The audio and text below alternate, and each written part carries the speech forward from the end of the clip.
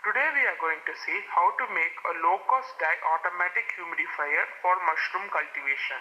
Things needed: 2 paint buckets, a valve, a geyser tube, a float valve used to control the water level in tanks, a CPU fan, a PVC pipe and 2 ultrasonic mist makers. The total cost for this mist maker would be really less because the buckets cost about rupees 200, that is rupees 100 each.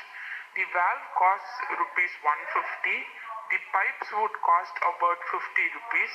Ultrasonic mist maker costs rupees 2600, that is 1300 each, and the CPU fan costs about 50 rupees.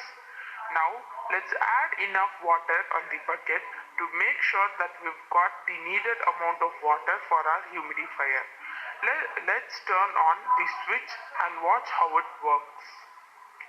As we can see, with the help of the CPU fan, the outer atmospheric air is sent in and the humidified air passes out. Our humidifier is adjustable.